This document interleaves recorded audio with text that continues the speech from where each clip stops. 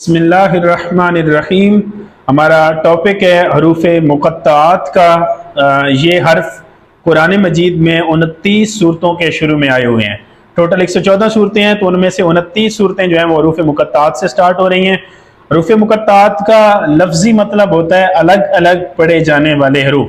ये क़िताअतुन से मुक़त्ताअत है, यानी क़िताअतुन का मतलब होता है टुकड़ा। तो मुक़त्ताअत ये टुकड़े कर करके अलग अलग करके हर्फ पढ़े जाएं। इन हरूफ को मिलाकर नहीं पढ़ा जाता, बल्कि हर हर्फ को अलग अलग पढ़ा जाता है। और आम मद के अंदर और हरूफ मुक़त्ताअत की मद के अंदर भी फ़र्क होता है।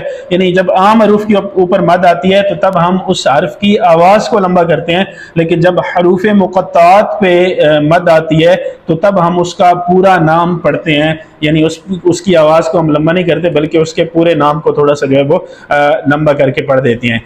इनकी तादाद जो है वो टोटल 14 है। यानी टोटल हरूफ मुक़त्ताअत की जो तादाद है 29 सूरतों के शुरू में आए हुए हैं, लेकिन चूंकि रिपीटेड है तो इसलिए इनकी टोटल तादाद जो बनती है वो 14 बनती है।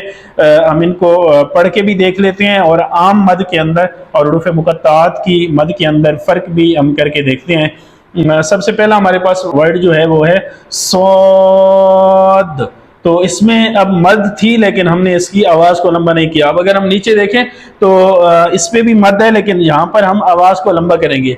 अब यहाँ पर अलिफ के ऊपर मद है, तो अब हम अलिफ इस तरह लंबा करके नहीं पढ़ेंगे, बल्कि अलिफ की आवाज़ को, यानी इन्ना, तो यहाँ पर अलिफ की आवाज़ को हमने मद की वजह से लंबा किया है। लेकिन जब हरूफ मुक़त्ताअत के ऊपर मद होती है तो वहाँ पर हम आवाज़, चूँकि हमने पढ़नी नहीं है, हमने हर्फ को पढ़ना है, तो इसलिए हम उसी हर्फ को सिर्फ थोड़ा सा लंबा करके पढ़ देंगे।